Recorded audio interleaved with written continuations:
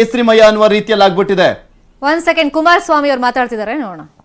ಕಾಣ್ತಾ ಇದ್ದೇವೆ ಇಲ್ಲಿ ಬಹುಶಃ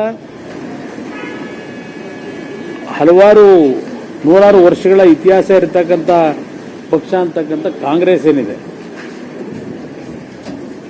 ಅದು ಸ್ವಲ್ಪ ಕರ್ನಾಟಕದಲ್ಲಿ ಮೇಲಿದಾರಲ್ಲ, ಅವರಿಗೆ ಸ್ವಲ್ಪ ಜ್ಞಾನೋದಯ ಮಾಡ್ಕೊಳ್ತಕ್ಕಂಥ ಒಂದು ಫಲಿತಾಂಶ ಇದು ನನ್ನ ಅಭಿಪ್ರಾಯದಲ್ಲಿ. ಏನೋ ಆಗಲೇ ಅಧಿಕಾರ ಹಿಡಿದೇ ಬಿಟ್ಟಿದ್ದೇವೆ ಅಂತ ಹೇಳಿ ಪ್ರಾದೇಶಿಕ ಪಕ್ಷಗಳನ್ನು ಮುಗಿಸೇ ಬಿಡ್ತೀನಿ ಅಂತೇನು ಹೊರಟಿದ್ದಾರಲ್ಲ ಇಲ್ಲಿ ಕರ್ನಾಟಕದಲ್ಲಿ, JDS ನಾಶ ಮಾಡ್ತೀವಿ ಅಂತೇಳಿ.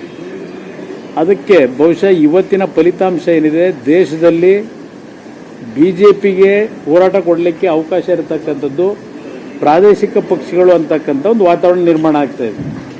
ಆ ಹಿನ್ನೆಲೆಯಲ್ಲಿ ಕರ್ನಾಟಕದಲ್ಲೂ ಸಹ ಮುಂದಿನ ಒಂದು ವರ್ಷದ ನಮ್ಮ ಹೋರಾಟ ಏನಿದೆ, ರಾಜ್ಯದಲ್ಲಿರ್ತಕ್ಕಂಥ ಹಲವಾರು ಸಮಸ್ಯೆಗಳು, ನೀರಾವರಿ ಸಮಸ್ಯೆ ಪ್ರಮುಖವಾಗಿ,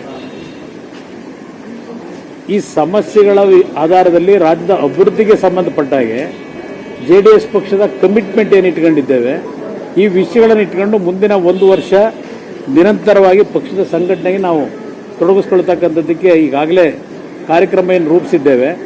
ಇವತ್ತು ವೆಸ್ಟ್ ಬೆಂಗಾಲ್ನಲ್ಲಿ ಬಂದಂಥ ಫಲಿತಾಂಶ ಇರಲಿ, ಪಂಜಾಬ್ನಲ್ಲಿ ಬಂದಂಥ ಫಲಿತಾಂಶಗಳು ನಮಗೆ ಒಂದು ಸ್ಫೂರ್ತಿ ಅಂತಕ್ಕಂಥದ್ದು ಹೇಳಲಿಕ್ಕೆ ಬಯಸ್ತೇನೆ. ಈ ಬಂದಿರುವಂತಹ ಫಲಿತಾಂಶ ಮುಂಬರುವ ರಾಜ್ಯ ಚುನಾವಣೆಯ ಮೇಲೆ ಪ್ರಭಾವ ಬೀರುತ್ತಾ ಅಂತ ಹೇಳಿ? ಇಲ್ಲ, ಆ 5 ರಾಜ್ಯದ ಚುನಾವಣೆಯ ಇರ್ತಕ್ಕಂಥ ಅಲ್ಲಿಯ ಪರಿಸ್ಥಿತಿಗಳು ಬೇರೆ, ನಮ್ಮ ರಾಜ್ಯದಲ್ಲಿ ಇರ್ತಕ್ಕಂಥ ಪರಿಸ್ಥಿತಿನೇ ಬೇರೆ.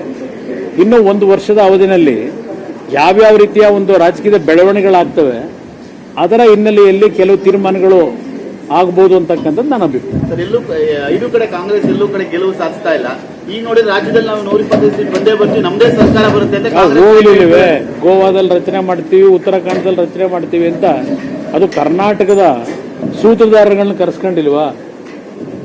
ಅಲ್ಲೆಲ್ಲೂ ಇಲ್ಲ ಅಂತೇಳಿ ಕರ್ನಾಟಕದಿಂದ ಸರ್ಕಾರ ರಚನೆ ಮಾಡ್ತಕ್ಕಂಥದ್ದಕ್ಕೆ ನಾಯಕತ್ವ ಕೊಡ್ಲಿಕ್ಕೆ ಕರೆಸ್ಕೊಂಡು ರಕ್ಷಣೆ ಮಾಡಲಿಕ್ಕೆ ಶಾಸಕರನ್ನ ಕರೆಸಿ ಈಗ ಪರಿಸ್ಥಿತಿ ಏನಾಗಿದೆ ಅಂತಕ್ಕಂಥದ್ದು ಬಹುಶಃ ಅವರಿಗೆ ಅರ್ಥ ಆಗಿರ್ಬೋದು ಅನ್ನಕ್ಕಂಥದ್ದು ನನ್ನ ಅಭಿಪ್ರಾಯ.